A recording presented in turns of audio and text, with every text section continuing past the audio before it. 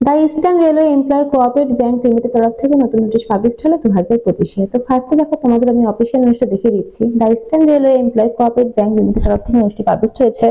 বাঁদিকে reference number show করছে, ডান দিকে ডেটেড 12/2/2025 তারিখে নোটিশটি পাবলিশ হয়েছে। আচ্ছা, নোটিশ অনুসারে বলা হচ্ছে notification for appointment of risk analytic পোস্টে তোমাদের না হচ্ছে 1 ইয়ারের কন্ট্রাকচুয়াল বেসিসে। আচ্ছা, নিচের দিকে দেখো বলে দিয়েছে the Eastern Railway employ cooperative bank limited multi-state, multi-branch salary earns urban cooperative bank having its administrative officer at 10 State Road, Kolkata 7,01,000 to appointment risk analytics one contractual basis কিন্তু তোমাদের না হচ্ছে 1 ইয়ারের জন্য।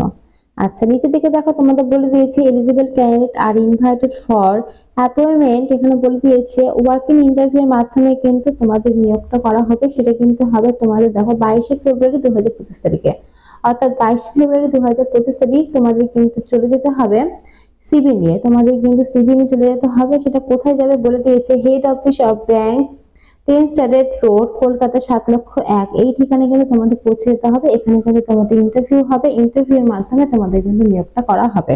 সকাল 11টার দিকে কিন্তু তোমাদের ইন্টারভিউটা হবে, ঠিক তোমরা 10টার দিকে কিন্তু পৌঁছে যাবে। আচ্ছা, নিচের দিকে দেখো তোমাদের বলে দিয়েছি এজ লিমিটটা। তো তোমাদের 35 থেকে 55 অর্থাৎ 35 থেকে 55 বছরের মধ্যে তোমাদের যদি বয়সটা হয়ে থাকে তাহলে কিন্তু এখানে তোমরা আবেদনটা করতে পারো। তো এখানে কিন্তু অ্যাপ্লিকেশন ফর্ম নেই, ডাইরেক্ট তোমাদের সিভি রেডি করে চলে যেতে হবে হেড অফিসে, যেটা বললাম head office of bank Kolkata 7,01,000 এখানে কিন্তু পৌঁছে যেতে হবে। এই দিন তোমাদের ইন্টারভিউর মাধ্যমে কিন্তু নিয়োগটা হবে। তো নিয়োগটা কিন্তু তোমাদের হবে দেখো বলে দিয়েছে রিস্ক অ্যানালিটিক পোস্টে কিন্তু তোমাদের নিয়োগটা করা হবে।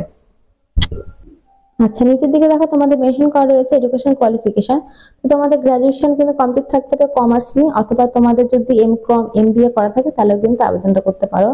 এক্সপিরিয়েন্স বলেছে মিনিমাম কিন্তু তোমাদের 5 ইয়ার্স এক্সপিরিয়েন্স লাগবে। রিস্ক ম্যানেজমেন্ট এই সমস্ত বিষয়ের উপর যদি তোমাদের এক্সপিরিয়েন্স থেকে থাকে তাহলে কিন্তু খুব ভালো হয়।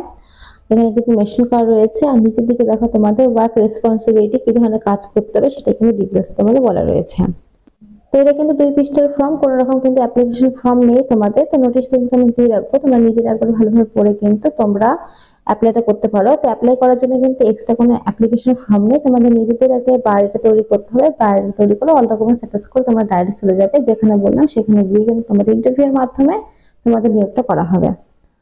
তো এখানে দেখো এক্সট্রা আরো কিছু ডিটেইলস মেনশন করা রয়েছে, তোমরা একবার দেখে নেবে।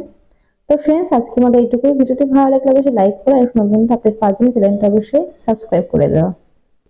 আর এটা কিন্তু তোমরা অল ওভার ওয়েস্ট বেঙ্গল জুড়ে আবেদনটা করতে পারো, সেই হিসাবে কিন্তু তোমরা তোমাদের ফ্রেন্ডের সাথে অবশ্যই শেয়ার করতে পারো, যাতে এই ধরনের কোয়ালিফিকেশন রয়েছে তারা কিন্তু অবশ্যই এখানে আবেদনটা করতে পারে। তো আজকে আমাদের এইটুকুই। ধন্যবাদ আমার ভিডিও দেখার জন্য। আর এরকম আপডেট পাওয়ার জন্য অবশ্যই চ্যানেলটিকে সাবস্ক্রাইব করে রেখো। Thank you.